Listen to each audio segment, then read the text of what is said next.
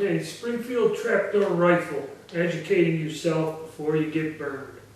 One of the reasons, or downside, I went over in the other video, the positives of low cost and availability of components in that to shoot these guns, bullet molds, everything. Where some other foreign made mil surplus guns and more obsolete cartridges would be more expensive and difficult to work with. The thing about the Springfield Trapdoor is it's got a strange history. I mean, the government started off where it wanted a breech-loading rifle, but it wanted to modify or convert its stockpile of, at the end of the Civil War, a huge stockpile of percussion muskets. That was the goal. And for a period of time, they were converted, much like the Snyder, and I think just about every country had some sort of percussion musket conversion in cartridge, most of the major powers. The British did. I know there's Austrian ones, which was a large empire at the time. The U.S. had Springfield. Now the first 2 or 3 models, the Allen conversions, were actually made from musket components and then modified with things added on to the receiver, breech blocks, everything else. And they still used, on the later guns, like musket stocks were modified, even though they were manufacturing the receivers and the barrels. They weren't relining or using musket barrels anymore. They still used all the components, lock plates, stocks. So that was done until they depleted that stockpile. And the reason for that was it was cost efficient. It saved money. There was a lot of politics, a lot of arguing. They changed the original caliber was 58 rimfire, which was unsatisfactory. Then they went to the 50-70, which there was a series of guns in the 50-70 caliber. And then we come in 1873, they adopted the 45 caliber. And basically it was a series of modifications, upgrades with both the mechanisms of sights, nothing real drastic. You know, matter of fact, they more or less outwardly look the same, other than some small differences, and this is what leads to confusion. So you have to educate yourself. Also, you know, a lot of people, what's my gun worth and all this? Well,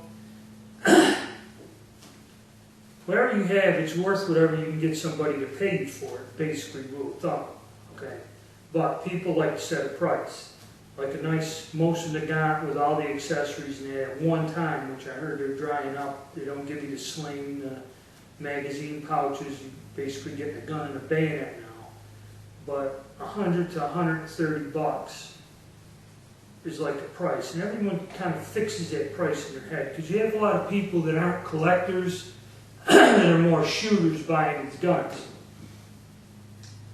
This gun here, if you're going to purchase or work with this gun, you got to make a decision. Number one, are you buying it as collector's value and grade, or are you just looking for something to shoot? You know, and it's going to affect the cost. And it's, oh, I got to buy, you know, because most people, anywhere from a good, common model trapdoor rifle with a real nice bore, like a nice bore with no pitch or nothing, is around $700 to $800. That's kind of like what people got in their head. A lot of these auctions online, I see people putting guns up there, oh, $750. They're not worth it. They're junk.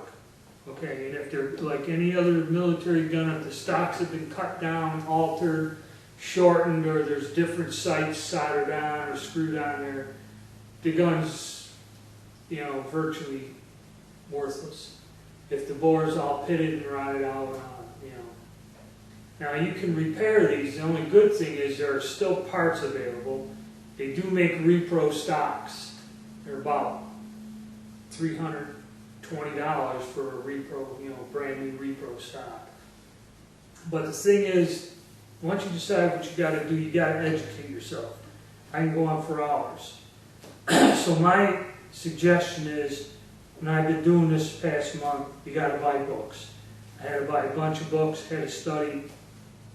and I'll start with some basic info and go on to where, I'll recommend some books. They're all available. You can probably find them all on Amazon.com. Now, the first one, and probably one most people would know, is Fladelman's Guide to Antique-Firearms. Now, this is a price guide. This guy's published this for years. It's antique guns, antique U.S. guns. You're not going to find foreign guns in here. It's all American-made stuff, civilian and military. He gives a couple photographs, a bit of a history and an idea, a very general, basic thing, which really isn't good in determining what you're buying, but it's a good start. Okay, and probably a newer version, this is a very old version, would have more current prices. Now, it's weird. They got them broken. There's two other books here, and they're broken down. If you're going with the 50 caliber rifle, okay, or any of them, it's the Allen conversions and that, and like 1868 I had no idea there were problems, didn't even know there were problems until I got this book. This book's pretty good. It covers all the different variations, and it also covers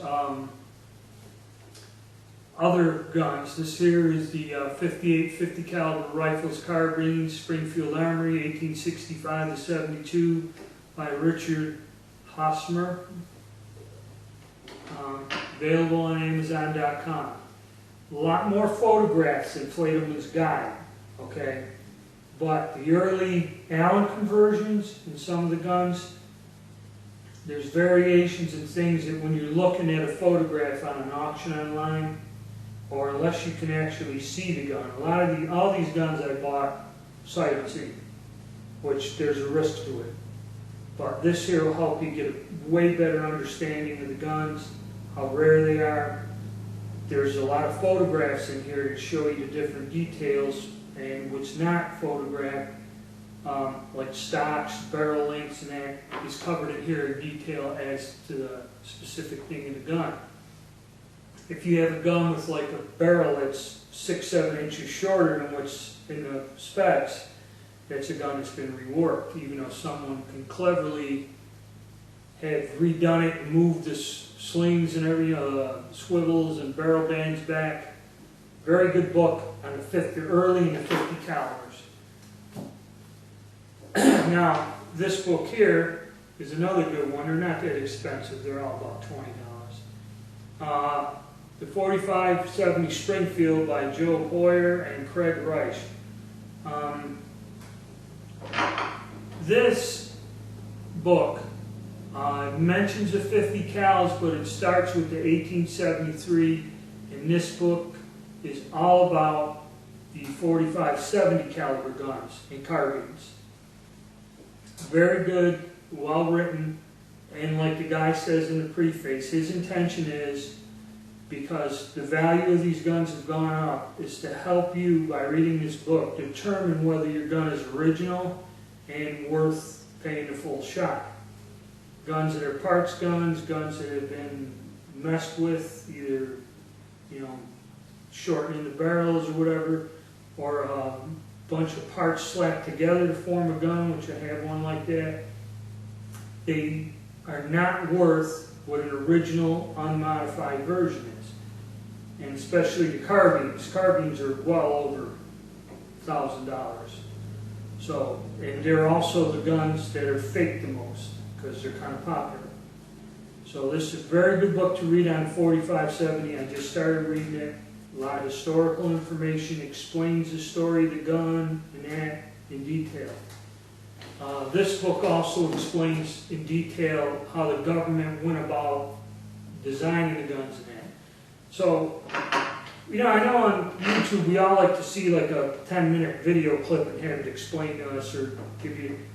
It's not going to work with this gun. If you really want to know what you're doing, you don't want to get screwed over buying the wrong thing or paying too much for something, you have to study, you have to read these books.